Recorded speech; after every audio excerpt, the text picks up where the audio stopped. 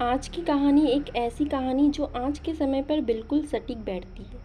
पारिवारिक कलह और परिवारों के टूटने की कई घटनाएं आपने कई बार सुनी होगी, लेकिन कुछ लोग ऐसे भी होते हैं जो अपनी समझदारी से हर समस्या का हल ढूंढ लेते हैं। बस ज़रूरत होती है तो एक एहसास की। तो आइए पढ़ते हैं ऐसी ही एक कहानी, रिश्तों की अहमियत। राज आज दफ्तर से दोपहर में ही आ गया। पत्नी ने देखा कि राज बहुत परेशान लग रहा है तो तुरंत ही पूछ लिया, क्या हुआ जी, आप ठीक तो हैं ना? हाँ मैं तो ठीक हूँ, लेकिन क्या? बीच में टोकते हुए राज की पत्नी निधि ने पूछा। राज के माथे पर चिंता की लकीरें दौड़ रही थी और उन्हीं लकीरों पर पसीने की बूंद ऐसे तैर रही थी मानो कुछ लिख कर बयान करना चाहती हो। आप कुछ बोलते हो नहीं? निधि ने एक बार फिर से पूछा, लेकिन राज अभी भी जवाब देने की हालत में नहीं लग रहा था। फिर भी उसने हिम्मत करके बताने की कोशिश की। तुम्हारे पापा का फ़ोन आया था। सब ठीक तो है ना? बीच में टोकते हुए उसकी पत्नी बोली। हाँ सब ठीक है। बस वो कह रहे थे कि केतन का उनसे झगड़ा हो गया है और वो उनसे अलग होकर रहना चाहता है। केतन का तो दिमाग खराब हो गया है। अभी शादी को 4 दिन भी ना हुए और माँ बाप से अलग होने की बात कर रहा है। गुस्से में निधि बोली। उसे शांत करने के लिए राज ने उसे समझाने की कोशिश की। हो सकता है केतन सही हो, तुम्हारे माता पिता ने ही कुछ गलत किया हो। आप भी क्या बात कर रहे हैं? मैं बचपन से जानती हूँ अपने माँ बाप को। वो गलत नहीं हो सकते। जिन्होंने मुझे पाल पोस कर इतना बड़ा किया, क्या तुम्हें लगता है वो गलत हो सकते हैं? लेकिन हम इसमें क्या कर सकते हैं? मुझे अभी जाना है केतन के पास। उससे पूछूंगी मैं कि उसकी ऐसे करने की हिम्मत कैसे हुई। लेकिन क्या इस समय जाना सही होगा? ये सब मैं नहीं जानती। मुझे जाना है तो जाना है बस। इस स्थिति में राज निधि को किसी भी तरह नहीं रोक सकता था, इसलिए उसने उसके साथ जाना ही ठीक समझा।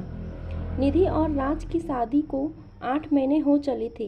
केतन निधि का भाई था। उसकी शादी को अभी 3 ही महीने हुए थे। निधि अपने मायके पहुंची। अभी राज कार में से उतर ही रहा था, इतनी देर में तो निधि दरवाजे से घर के अंदर भी दाखिल हो गई।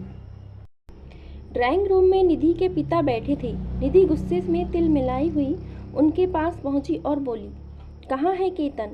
लगता है उसका दिमाग खराब हो गया है।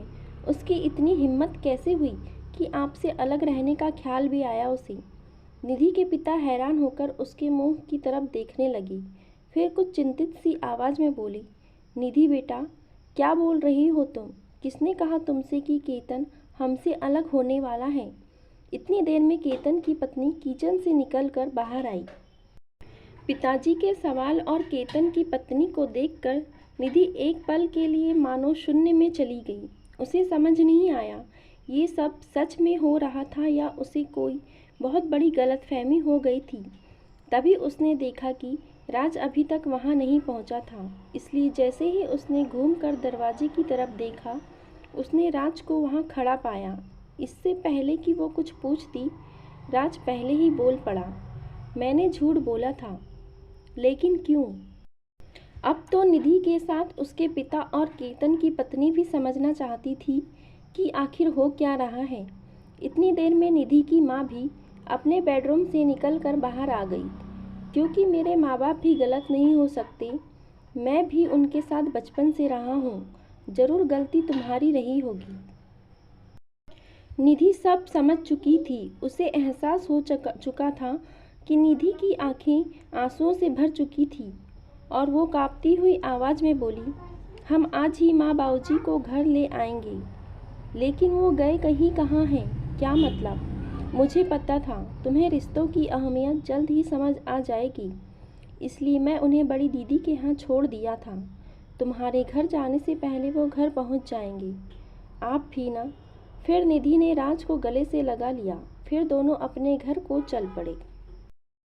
तो दोस्तों, बस यही है रिश्तों की अहमियत। जैसा आप अपने लिए चाहते हो वैसा ही अपने जीवन साथी के साथ व्यवहार करो।